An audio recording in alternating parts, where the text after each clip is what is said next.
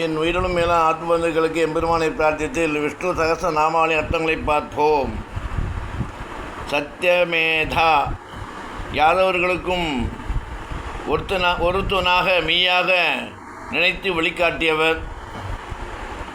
தராதர 7 வயது சிறுவனாக தன் சுண்டு விழாலேயே கோர்த மலையை தூக்கி 7 நாட்கள் குடையாக பிடித்தவர்.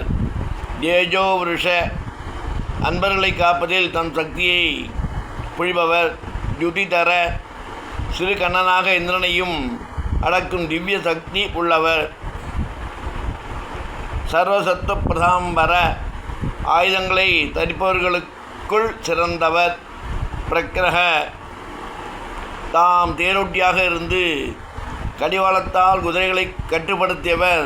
தன் சொல்லால் அர்ஜுனனையும் கட்டுப்படுத்தியவர். நிக்கிரக அர்ஜுனனின் வல்லமையை எதிர்பார்க்காமல் தன் தேரோட்டும் திறனாலேயே பகைவர்களை அடக்கியவர். வியக்ர அர்ஜுனன் வெல்லும் வரை பொறுமையில்லாமல் பகைவர்களை தாமே அழிக்க பரபரத்தவர். நைக்கஸ்ருங்க எதிரிகளை வெல்ல வழிமுறைகளை கையாண்டவர். கதாக்கிரஜ வசுதேவரின் மனைவியான சுனாமை என்பவரின் மகனான கதனுக்கு முன் பிறந்தவர். இப்படியாக 770 நாமாவளியின் அர்த்தங்களை பார்த்தோம்.